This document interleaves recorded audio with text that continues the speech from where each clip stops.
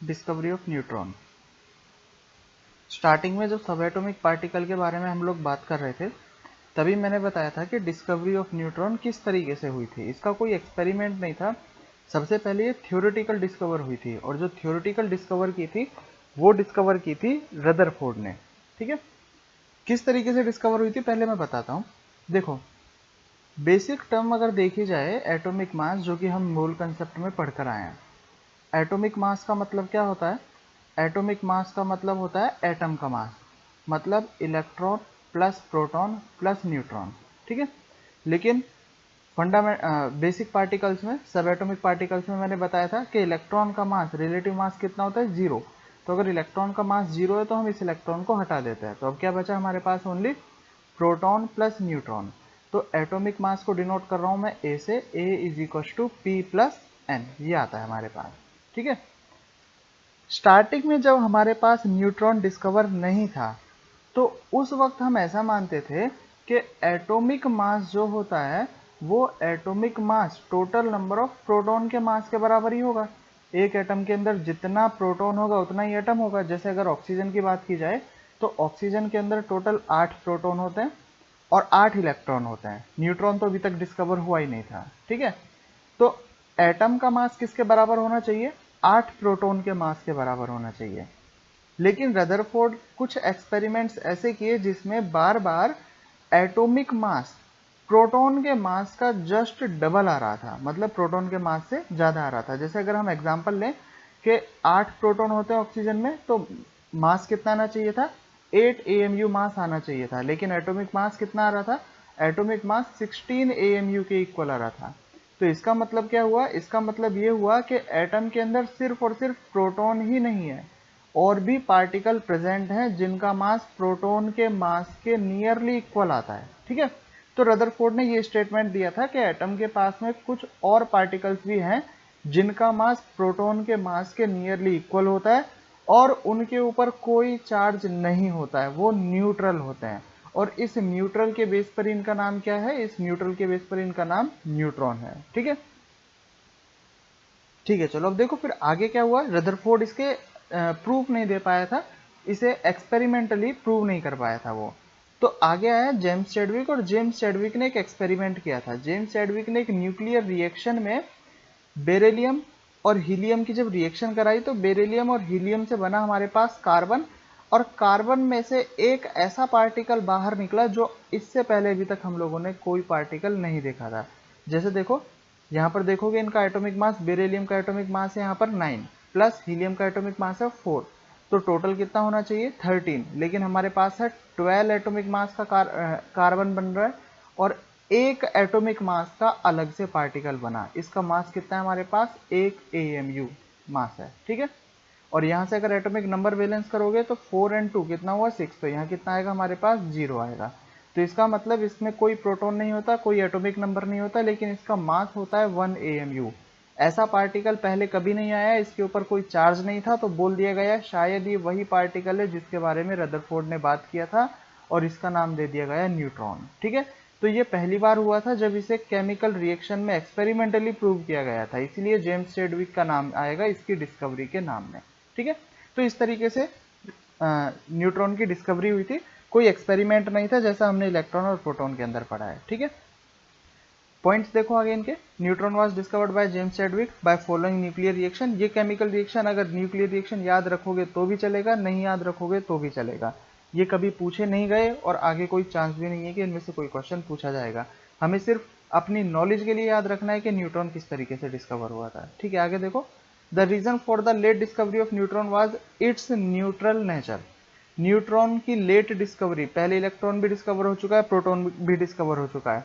इसकी late discovery इसलिए हुई थी क्योंकि इसके ऊपर कोई चार्ज नहीं होता है। अगर कोई चार्ज होता तो जो हमने गैस ट्यूब के अंदर एक्सपेरिमेंट किए थे, तो उस गैस ट्यूब के एक्सपेरिमेंट में ये पॉजिटिव या नेगेटिव प्लेट की तरफ अट्रैक्ट हो जाता और हमें पता लग जाता कि और भी पार्टिकल प्रेजेंट है। लेकिन इसका नेचर न्यूट्रल होता है, तो ये इलेक्ट्रिक फील्ड में काम नहीं करता, इसीलिए ये एक्सपेरिमेंट में शो नहीं हो पाया। ठीक है, मास ऑफ न्यूट्रॉन, न्यूट्रॉन का मास 1.675 इंटू 10⁻27 kg। एएमयू में बोले तो नियरली इक्वल टू 1, या फिर एक्यूरेट देखें तो 1.00 866 AMU, ठीक है, ये इसका मास होगा। स्पेसिफिक चार्ज 0, ये सब हम बात कर चुके हैं पहले। Neutron is fundamental particle of all atomic nucleus except hydrogen. Neutron सभी एटम के अंदर प्रेजेंट होता है, सिर्फ और सिर्फ किसको छोड़ के, हाइड्रोजन को। सिर्फ हाइड्रोजन का न्यूक्लियस ऐसा है, हाइड्रोजन में भी कौन सा वाला इसका आइसोटोप होगा, प्रोटियम। सिर्फ प्रोटियम आइसोटोप ऐसा होता है जिसे हम 1H1 बोलते हैं, जिसमें न्यूट्रॉन नहीं होता है। इसके अलावा सभी न्यूक्लियस के अंदर न्यूट्रॉन प्रेजेंट होता है, ठीक है। तो ये थी हमारे पास न्यूट्रॉन की डिस्कवरी। तो सबसे पहले हमने डेफिनेशन की बात की थी एटम की, उसके बाद हम लोगों ने इलेक्ट्रॉन, प्रोटॉन और न्यूट्रॉन एक एक करके तीनों डिस्कवर कर लिए हैं। अब आता है इनको अरेंज करने का, कि इनको इलेक्ट्रॉन, प्रोटॉन और न्यूट्रॉन को किस तरीके से अरेंज किया गया। हमें कैसे पता चला कि एटम इसी तरीके का होता है जैसा हमें बताया गया है, बीच में न्यूक्लियस और इलेक्ट्रॉन चारों तरफ उसके रोटेट करते हैं, ठीक है। तो एक एक करके अब हम पढ़ते हैं एटॉमिक मॉडल। अब जो हमें पढ़ना है वो पढ़ना है हमें एटॉमिक मॉडल। सबसे पहला जो मॉडल है, सबसे पहले एटम कैसा दिखाई देता है, कैसी इसकी स्ट्रक्चर होती है, उसके बारे में बताया था जे थॉमसन ने। तो इसे नाम दिया गया थॉमसन मॉडल ऑफ एटम, सबसे पहला मॉडल।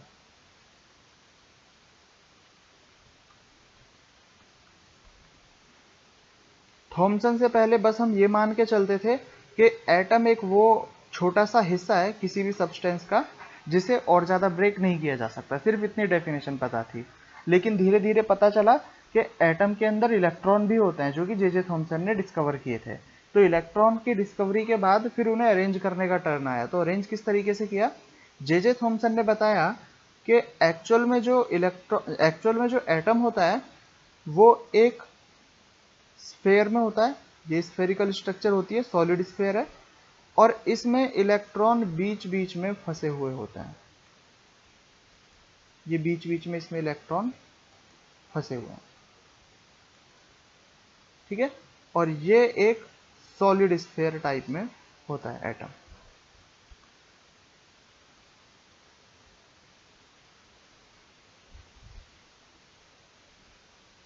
ये एक सॉलिड स्ट्रक्चर हो गई, ठीक है। तो ये हमारा मॉडल है थॉमसन मॉडल, एटम का थॉमसन मॉडल।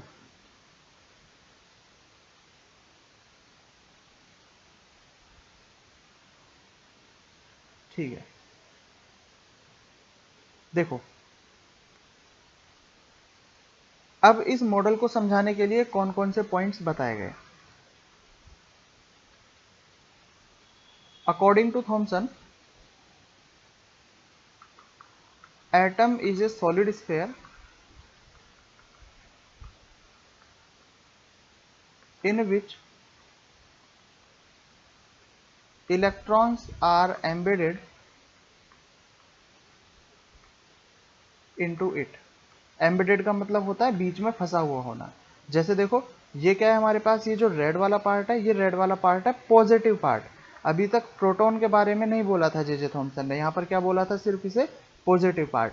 और ये जो नेगेटिव पार्ट है इसको क्या बोला गया, इसको इलेक्ट्रॉन नाम दे दिया गया था, क्योंकि इलेक्ट्रॉन की डिस्कवरी जे थॉमसन ने की थी। तो एटम एक सॉलिड स्फेयर है जिसमें बीच बीच में इलेक्ट्रॉन फंसे हुए होते हैं, ठीक है। अब किस तरीके से फंसे हुए होते हैं, जैसे अगर हम बात करें तो जे थॉमसन ने जो नाम दिया था वो नाम दिया था plum pudding model. Plum pudding एक मिठाई होती है, जेली टाइप की मिठाई आती है जिसमें पुडिंग एक मिठाई होती है और प्लम उसमें बीज होता है, बीच में बीज फंसे हुए होते हैं, ठीक है। तो प्लम पुडिंग मॉडल को इंडिया में ज्यादा लोग जानते नहीं है, इसीलिए इसे समझाने के लिए वाटरमेलन मॉडल और बोल दिया गया है, ठीक है। वाटरमेलन तो यहाँ पर सभी जानते हैं। तो वाटरमेलन कैसा होता है, तरबूज कैसा होता है, तरबूज अगर हम देखें तो बीच में रेड कलर का होता है, ये पूरा पार्ट क्या है, रेड कलर का है, और बीच बीच में तरबूज में बीज फंसे हुए होते हैं। तो उसके जो बीज होते हैं वो बीज क्या होते हैं, वो इलेक्ट्रॉन होते हैं, और जो रेड वाला पार्ट होता है वो रेड वाला पार्ट पॉजिटिव पार्ट होता है, ठीक है। बस ये हमारा सिंपल सा थॉमसन मॉडल है, ठीक है। किस तरीके से याद रखना है, देखो और भी एग्जाम्पल दिए जा सकते हैं। जैसे हम बोल सकते हैं कि मॉडल कैसा होता है, लड्डू के जैसा होता है। जैसे लड्डू होता है, लड्डू नुक्ती के लड्डू आते हैं, उसमें जो येलो पार्ट होता है वो येलो पार्ट क्या है, पॉजिटिव पार्ट, और बीच बीच में जो इलायची के पार्टिकल आते हैं वो इलायची के पार्टिकल क्या होते हैं, वो इलायची के पार्टिकल इलेक्ट्रॉन होते हैं, ठीक है। एटम की जो रेडियस बताई थी जे थॉमसन ने, ये बताया था कि ये जो एटम होता है इसकी एटॉमिक रेडियस नियरली 10⁻⁸ सेंटीमीटर, जो एटम की रेडियस है वो नियरली 10⁻⁸ सेंटीमीटर है। ठीक है। Positive charge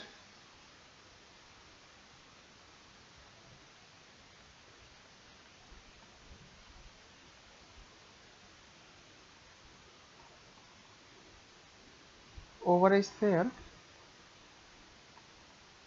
in such a way that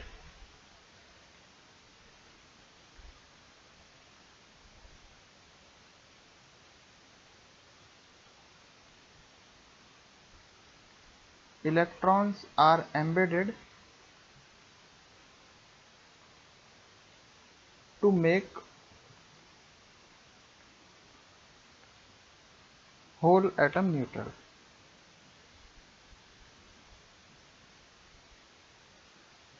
ठीक है। इलेक्ट्रॉन किस तरीके से प्रेजेंट है, एटम के बीच में फंसे हुए हैं। और पॉजिटिव चार्ज किस तरीके से प्रेजेंट है, पॉजिटिव चार्ज इस तरीके से प्रेजेंट है कि ये रेड वाला पार्ट, ये वाला पार्ट और ये जो इलेक्ट्रॉन्स है, ये इलेक्ट्रॉन्स एक दूसरे को बैलेंस कर रहे हैं और कंप्लीट एटम को क्या बना रहे हैं, कंप्लीट एटम को ये न्यूट्रल बना रहे हैं, क्योंकि जो एटम होगा वो न्यूट्रल होगा। According to J J Thomson हमारा ये मॉडल था।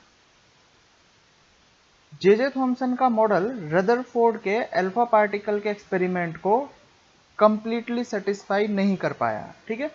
तो इसकी जो खामियां थी उसे देखते हैं हम लोग, और जो रदरफोर्ड का एक्सपेरिमेंट था वो अब हमें डिस्कस करना है। Rutherford gold foil experiment. Next है हमारे पास रदरफोर्ड का एटॉमिक मॉडल। इसने किस तरीके से तैयार किया था और ये क्या एक्सपेरिमेंट कर रहा था, धीरे धीरे करके हम एक एक चीज के बारे में नॉलेज लेंगे। देखो क्या हुआ था एक्चुअल में, ये जो एक्सपेरिमेंट कर रहा था किस तरीके से कर रहा था और ये जो सेटअप बनाया गया है किस तरीके से एक्सपेरिमेंट सेटअप बनाया गया है, उसके बारे में हम डिस्कस करते हैं। जे जे थॉमसन का जो मॉडल था, जे जे थॉमसन का जो मॉडल था वो था हमारे पास कि एक हमारे पास एटम होता है इस तरीके से।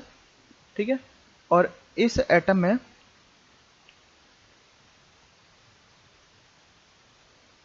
ये एटम है हमारे पास, और इस एटम में पॉजिटिव चार्ज बाहर की तरफ कंप्लीट फैला हुआ है। ठीक है। ये पॉजिटिव चार्ज फैला हुआ है पीछे की तरफ, यहाँ पॉजिटिव चार्ज है और बीच बीच में इसमें इलेक्ट्रॉन फंसे हुए हैं, ये इलेक्ट्रॉन फंसे हुए हैं इसके अंदर। अब देखो हम एक बेसिक सी चीज ये सोचते हैं कि ये पॉजिटिव चार्ज अगर है, मान लो मैं एक बाहर की तरफ एक बड़ा एटम लेता हूँ, ये मैंने बड़ा एटम लिया और इससे मैं एक छोटा सा एटम, छोटे से एटम से इसकी टक्कर करवाता हूँ। ये छोटा सा एटम है तो इसके ऊपर भी पॉजिटिव चार्ज फैला हुआ होगा। ठीक है। अगर मैं इस छोटे एटम की इससे टक्कर करवाता हूँ तो ये पॉजिटिव और ये पॉजिटिव एक दूसरे को रिपल करेंगे और रिपल करने के बाद ये टकरा के वापस आ जाएंगे। मतलब जितने भी एटम यहाँ से टकराएंगे वो सब टकरा के वापस आ जाएंगे। क्यों? क्योंकि ये बीच में से सॉलिड स्फीयर है, इसमें से आर पार नहीं निकलेंगे। ठीक है। तो ये हमारे पास मॉडल था जे जे थॉमसन का, और अगर एक्सपेरिमेंट किया जाए तो इसी तरीके से हमारे पास एक्सपेरिमेंट होना चाहिए। ठीक है। तो अब हम देखो एक एक करके इसी का सेटअप बनाते हैं। हमें क्या करना है सेटअप में, एक यहाँ पर एक ऐसा एटम लेना है जिसका साइज बड़ा हो। ठीक है। बिग साइज एटम हमको लेना है। दूसरा, ये जो एटम होना चाहिए वो इनर्ट होना चाहिए। ऐसा नहीं होना चाहिए कि ये दोनों एटम आपस में टकराएं और टकराने के बाद केमिकल रिएक्शन करके ये एटम सीधा यहीं चिपक जाए, ऐसा भी नहीं होना चाहिए। तो इसी बेस पर जो हमने एटम सेलेक्ट किए हैं उसमें सेलेक्ट किया है हमने बड़े एटम के लिए ये गोल्ड फॉइल सेलेक्ट किया है, क्योंकि गोल्ड का एटॉमिक नंबर ज़्यादा होता है। ठीक है। और वो इनर्ट भी होता है, इजीली किसी से रिएक्शन नहीं करता। छोटे एटम के लिए हम लोग सेलेक्ट करेंगे, सबसे छोटा एटम हाइड्रोजन होता है लेकिन वो इनर्ट नहीं होता। हाइड्रोजन से जस्ट बड़ा है हमारे पास हीलियम। ठीक है। तो हीलियम की अगर बात करें तो हीलियम के पास होते हैं 2 प्रोटॉन एंड 2 इलेक्ट्रॉन। ठीक है। अगर इसमें से हम दोनों इलेक्ट्रॉन को बाहर निकाल दें तो ये बचेगा हमारे पास He+2। 2 इलेक्ट्रॉन बाहर निकले मतलब सिर्फ हीलियम का न्यूक्लियस, और इस हीलियम के न्यूक्लियस को ही हम क्या बोलेंगे, इस हीलियम के न्यूक्लियस को बोलेंगे हम लोग अल्फा पार्टिकल। ठीक है। तो यही अल्फा पार्टिकल हमारे पास एक्सपेरिमेंट करने के काम आएगा। ठीक है। अब हम एक्सपेरिमेंट सेटअप की तरफ चलते हैं कि किस तरीके से एक्सपेरिमेंट सेटअप किया गया और आगे रिजल्ट्स निकाले गए। देखिए अब according to J J Thomson, जिस हिसाब से जे जे थॉमसन का मॉडल था उस हिसाब से तो क्या होना चाहिए, उस हिसाब से तो सारे एटम्स टकरा के वापस आ जाने चाहिए। लेकिन एक्चुअल में क्या होगा देखो, जैसे ही यहाँ अल्फा पार्टिकल सोर्स लगाया गया है, ये कोई सोर्स है जहाँ से अल्फा पार्टिकल की रेज निकलती है, ये लेड प्लेट लगाई गई है। लेड प्लेट से क्या होगा, यहाँ से जो बहुत सारी रेज जाएंगी, ये बहुत सारी रेज निकलेंगी, इनमें से बहुत कम रेज ही इस छेद में से, होल में से होकर बाहर निकलेगी, तो ये होल में से रेज जा रही है। जैसे ये गोल्ड फॉइल से टकराएंगी तो अकॉर्डिंग टू जे थॉमसन सारी रेज क्या होनी चाहिए थी, वापस आ जानी चाहिए थी, लेकिन मोस्ट ऑफ रेज यहाँ से सीधी निकल गई। ठीक है, ये दिखाई दे रहा है डायग्राम के अंदर, मोस्ट ऑफ रेज यहाँ से सीधी निकल गई, मतलब रिजल्ट बिल्कुल उल्टा आया। बहुत कम रेज ऐसी थी जो कुछ एंगल पर डिफ्लेक्ट हुई, ठीक है, और बहुत कम रेज, लगभग 20,000 में से एक रेज ऐसी थी जो 180 डिग्री के एंगल के आसपास वापस आई लौटकर। एग्जैक्टली अपोजिट रिजल्ट हमारे पास यहाँ पर आ रहे हैं। ठीक है, अब देखो अब क्या होगा, एक एक करके हम ऑब्जर्वेशन देखते हैं और किस ऑब्जर्वेशन से क्या रिजल्ट आया वो रिजल्ट हम निकालेंगे। पहला ऑब्जर्वेशन हमारे पास क्या था, most of rays went straight, most of rays सीधी निकल गई। सेकंड क्या था हमारे पास, few rays deflect at some angle, and third है a few rays came back nearly 180 degree angle, nearly 180 degree angle पर बहुत कम रेज वापस आई। और कितनी, ये रेज थी लगभग 20,000 में से एक, 20,000 रेज जाएंगी जब उनमें से एक रेज निकल के वापस अपने पाथ पर लौटेगी। ठीक है, अब इसके हिसाब से एटॉमिक मॉडल क्या होना चाहिए, देखो most of rays went straight, अगर किसी में से, किसी एटम में से रेज सीधी निकल रही है तो इसका मतलब क्या होगा, जैसे देखो ये रेज यहाँ से क्या जा रही है, सीधी जा रही है, इसका मतलब इसका मैक्सिमम पार्ट क्या होना चाहिए, एटम का खाली होना चाहिए। तो पहले ऑब्जर्वेशन से हमारे पास रिजल्ट आया कि एटम का मैक्सिमम पार्ट खाली होना चाहिए, ताकि तभी उसमें से रेज सीधी निकल सकती है। दूसरा है few rays deflect at some angle, किसी एंगल पर कौन सी रेज टकरा रही होंगी, वो एंगल डिफ्लेक्ट हो रही होंगी जो न्यूक्लियस के पास से जा रही होंगी, जो पॉजिटिव पार्ट के पास से गई होंगी वो इससे रिपल हुई होंगी और बाहर की तरफ निकल गई होंगी। ठीक है, और तीसरा है कि 20,000 में से एक रेज ही वापस आई है, जो हम सोच रहे थे सारी रेज वापस आ जानी चाहिए, वो 20,000 में से एक रेज वापस आई है। इसका मतलब ये पॉजिटिव पार्ट, जैसा हम सोच रहे थे कि पॉजिटिव पार्ट ये बाहर की तरफ इस पर फैला हुआ है, ऐसा नहीं है। पॉजिटिव पार्ट है कहाँ, पॉजिटिव पार्ट एक छोटे से एरिया में डेंस है, ये जो पार्ट है ये इस छोटे से एरिया में बिल्कुल डेंस है, ये पार्ट बहुत छोटा है और इसके अंदर कंप्लीट पॉजिटिव पार्ट ही है, इससे जो रेज टकराएगी वही रेज टकरा के वापस आएगी। ठीक है, तो ये हमारे पास एक्सपेरिमेंट थे, रिजल्ट देखते हैं इनसे, रिजल्ट क्या क्या निकला। जैसा ऑब्जर्वेशन से आया कि most of rays went straight, इसका मतलब क्या हुआ, most of part of atom is empty, most of part of atom is empty। Next है हमारे पास few rays deflect at some angle, इसका मतलब क्या होगा, positive part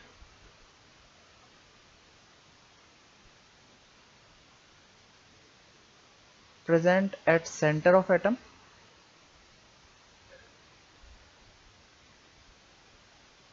and it is very dense,